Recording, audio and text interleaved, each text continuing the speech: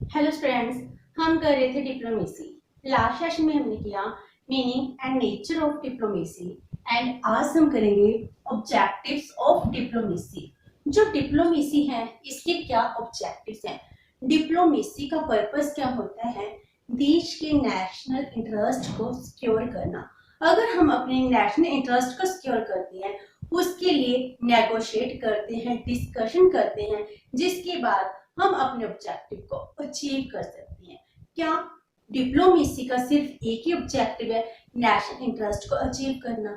नहीं, इसके अलावा भी बहुत सारे ऑब्जेक्टिव्स हैं जो हम वन बाय वन डिस्कस करेंगे कि डिप्लोमेसी के कौन कौन से ऑब्जेक्टिव हैं। First one is to secure the goals of national interest. इसका सबसे पहला ऑब्जेक्टिव क्या आता है कि हमारे देश के जो नेशनल इंटरेस्ट हैं उनको सिक्योर करना। डिप्लोमेसी सबसे इंपॉर्टेंट रोल प्ले करती है किसके लिए? नेशनल इंटरेस्ट को सिक्योर करने के लिए। हम ये कहते हैं जब भी एक देश के नेशनल इंटरेस्ट होती हैं उसको अचीव करने की बात होती है, उसके लिए फॉरेन पॉलिसी बनाई जाती है, तो उससे पहले डिप्लोमेसी की रिपोर्ट्स को देखा जाता है, फिर जाकर हम अपनी फॉरेन पॉलिसी बनाते हैं। तो डिप्लोमेसी क्या होती है? सबसे इंपॉर्टेंट रोल प्ले करती है किसके लिए? In the formulation and securing the goals of national interest. National interest के गोल सिर्फ एंड सिर्फ डिप्लोमेसी से हम अचीव कर पाते हैं। Number 2, preservation of international peace. हम ये कहते हैं अगर डिप्लोमेसी है, डिप्लोमेसी अच्छे से वर्क करेगी तब जाकर इंटरनेशनल लेवल पर हम पीस सिक्योरिटी को कायम रख सकते हैं। इंटरनेशनल पीस को प्रिजर्व करने के लिए डिप्लोमेसी सबसे इंपॉर्टेंट रोल प्ले कर रही है। डिप्लोमेसी है जो वॉर को अवॉइड करती है। जब भी दो कंट्रीज में प्रॉब्लम स्टार्ट होती हैं तो डिप्लोमेसी के थ्रू कॉन्फ्लिक्ट को कोऑपरेशन में कन्वर्ट करने की बात की जाती है। आज के टाइम में मल्टीलेटरल डिप्लोमेसी चल रही है जिसमें हम इंटरनेशनल ऑर्गेनाइजेशन के थ्रू या रीजनल ऑर्गेनाइजेशन के थ्रू बहुत सारी कंट्री के साथ डिप्लोमेटिक नेगोशिएशन करते हैं। हमारी डिप्लोमेटिक टॉकिंग किसके लिए होती है? ताकि हमारे इंटरेस्ट के साथ साथ इंटरनेशनल लेवल पर पीस क्रिएट हो सके। तो पीस को सिक्योर करना, पीस के लिए काम करना, ये डिप्लोमेट्स का सबसे इंपॉर्टेंट ऑब्जेक्टिव होता है। हम ये कहते हैं जो डिप्लोमेसी है इट इज इंस्ट्रूमेंट किसके लिए? For establishing the pre condition for permanent international peace. अगर हम चाहते हैं परमानेंट इंटरनेशनल पीस हो तो डिप्लोमेसी सबसे इंपॉर्टेंट टूल मानी गई है। It is a pre condition, इसके बिना डिप्लोमेसी अच्छे से वर्क नहीं कर पाएगी। Number 3, to maintain and increase the national power. अगर हम चाहते हैं हमारे देश की नेशनल पावर मेंटेन रही और इंक्रीज हो, इसके लिए भी डिप्लोमेसी सबसे इंपॉर्टेंट होती है। जब भी हमने नेशनल पावर के कॉन्सेप्ट किए, नेशनल पावर के मीन्स किए, तो नेशनल पावर के मीन्स में डिप्लोमेसी सबसे पहला मीन मानी जाती है। डिप्लोमेसी के बाद ही हम और मीन्स की बात करते हैं। अगर एक कंट्री की डिप्लोमेसी अच्छी होगी तो उस देश की नेशनल पावर इंक्रीज होगी। जैसे हम अदर पावर की बात करते हैं, लाइक दिस डिप्लोमेसी भी एक मीन है जिस वजह से एक देश पावरफुल बन सकता है, सुपर पावर में कन्वर्ट हो सकता है। आज के टाइम में हम यूएसए को कहते हैं जी सुपर पावर है, तो उसके हर एक ऑर्गन को देखना पड़ेगा, उसके हर एक पावर को देखना पड़ेगा, उसी तरह उसकी डिप्लोमेसी को भी देखना पड़ेगा, वो कितने डिप्लोमेटिक वे से अपनी बातें दूसरी कंट्री से मनवा रहा है। तो यही तो एक देश की नेशनल पावर होती है। तो डिप्लोमेसी क्या है? नेशनल पावर का सबसे इंपॉर्टेंट मीन्स है, रिसोर्सेस है, जिससे एक देश अपनी नेशनल पावर को मेंटेन भी कर पाता है और इंक्रीज भी कर पाता है। Number 4, it operationalize the foreign policy.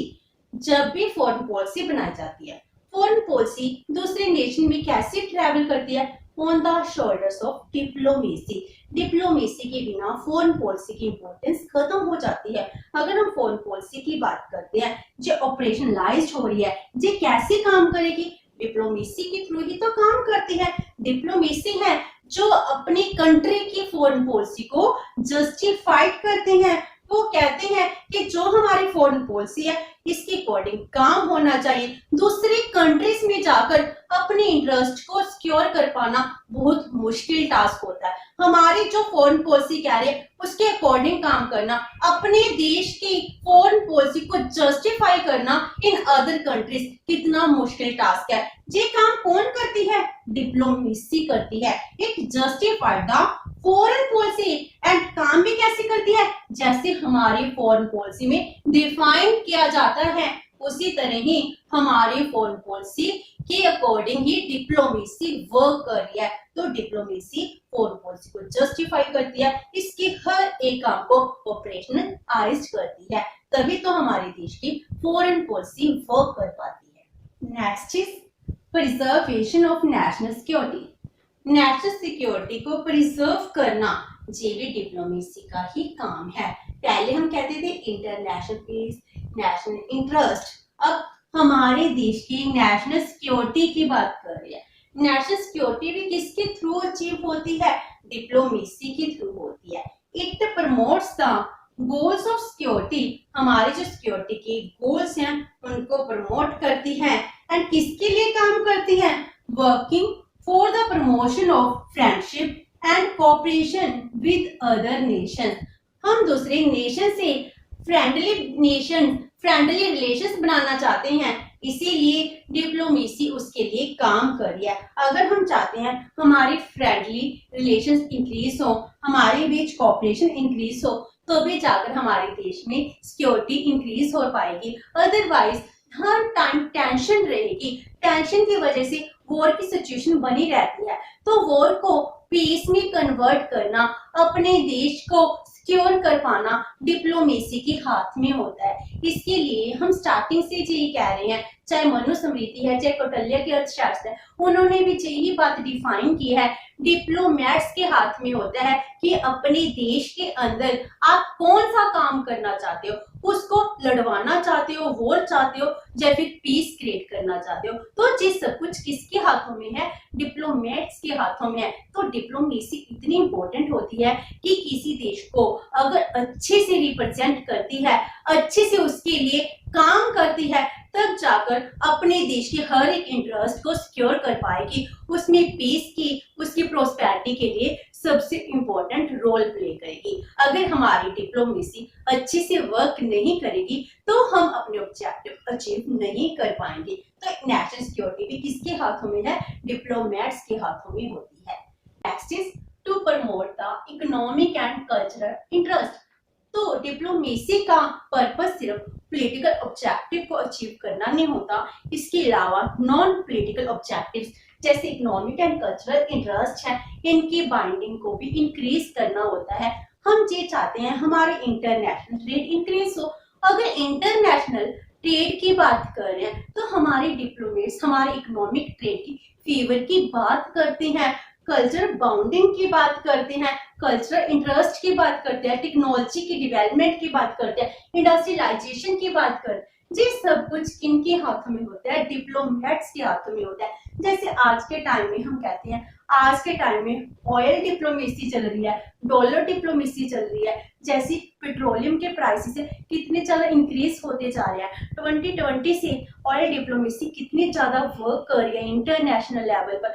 अगर हम कहते हैं पहले ऑयल के प्राइसेस थे वो डिक्रीज कर गए, अब इंक्रीज करते जा रहे हैं, क्योंकि सऊदी अरब इन कंट्रीज ने क्या कर दिया है? अपनी सप्लाई को डिक्रीज कर दिया। अगर सप्लाई डिक्रीज कर जाएगी, डिमांड इंक्रीज होगी, तो प्राइसेस ऑटोमेटिकली इंक्रीज होते जाएंगे। तो हम ये कहते हैं हर एक कंट्री की डिप्लोमेसी अपने प्रोडक्ट जो एक्सपोर्ट करते हैं, इंपोर्ट करते हैं, उसकी डिप्लोमेसी के थ्रू अपने कंट्री के प्रॉफिट को इंक्रीज करने की बात भी करता है। तो जो कि इकोनॉमिक एंड कल्चरल इंटरेस्ट है उनको अचीव करना भी डिप्लोमेट्स के हाथों में है। Next is it provides actual reports to the nation. अपने देश को जी कौन सी रिपोर्ट पहुंचाते हैं?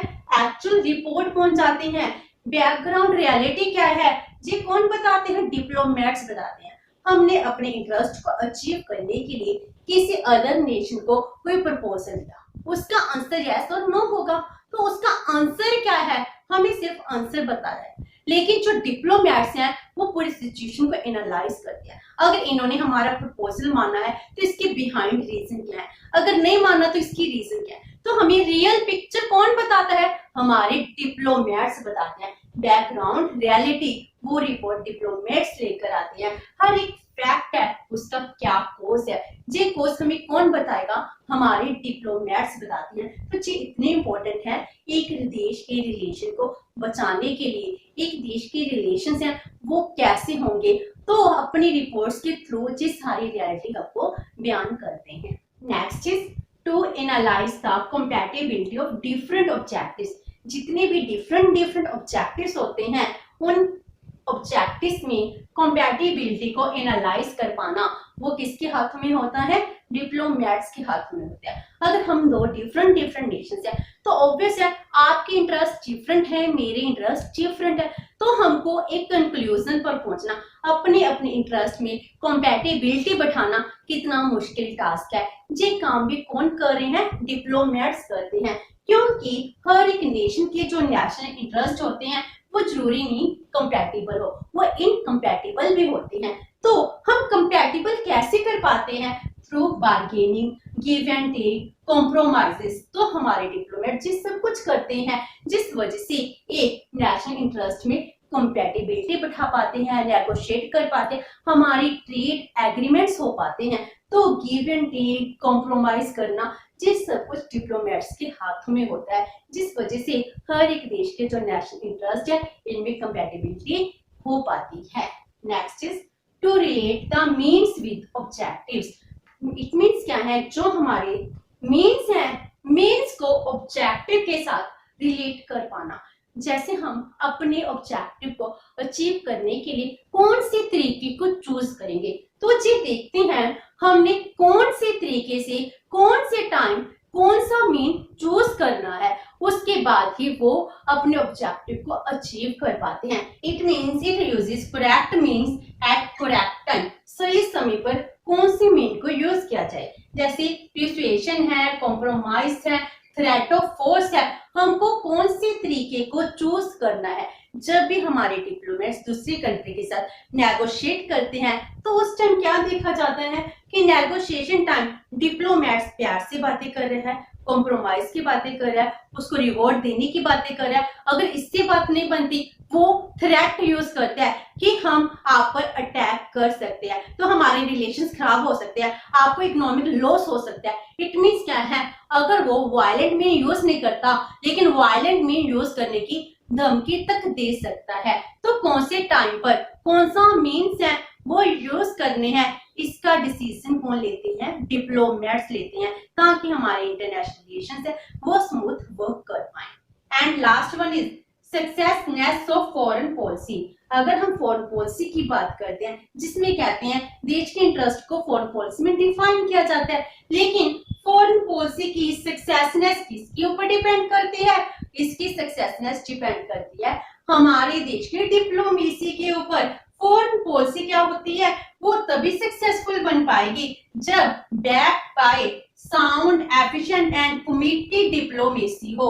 अगर फॉरेन पॉलिसी को अच्छे से एप्लीकेबल किया जाए, ऑपरेशनलाइज्ड किया जाए, तभी हम जाकर कहेंगे कि फॉरेन पॉलिसी अच्छे से काम कर पा रही है। इसके लिए अच्छे एफिशिएंट एंड कमिटेड डिप्लोमेट्स होने चाहिए, तभी जाकर फॉरेन पॉलिसी सक्सेस हो पाएगी। फॉरेन पॉलिसी दूसरे देशों में डिप्लोमेसी के सहारे ही काम कर पाती है, अदरवाइज फॉरेन पॉलिसी की इंपॉर्टेंस अपने आप खत्म हो जाएगी अगर डिप्लोमेट्स अच्छे से काम नहीं करेंगे। तो ये थी ऑब्जेक्टिव्स ऑफ डिप्लोमेसी, जिसमें हमने कहा डिप्लोमेट्स के हाथों में डिप्लोमेसी के थ्रू ही वो देश के इंटरेस्ट को, फॉरेन पॉलिसी को अचीव कर पाते हैं। अगर किसी देश में डिप्लोमेसी फेल कर जाती है तो अच्छी किस चीज को रिप्रेजेंट करती है, बहुत सीरियस क्राइसिस को रिप्रेजेंट करती है। तो डिप्लोमेसी की ऊपर बहुत बड़ी रिस्पॉन्सिबिलिटी होती है जो अपने काम को अच्छे से वर्क कर पाती है। दिस हमारे ऑब्जेक्टिव्स और डिप्लोमेसी कंप्लीट होते हैं। नेक्स्ट सेशन में हम करेंगे techniques of diplomacy. Hope so कि आपको ये सेशन अच्छा लगा होगा। अगर आपकी कोई क्वेरी है तो post it in the comment box. Video अच्छी तो please like and share your friend. Thank you so much and have a nice day.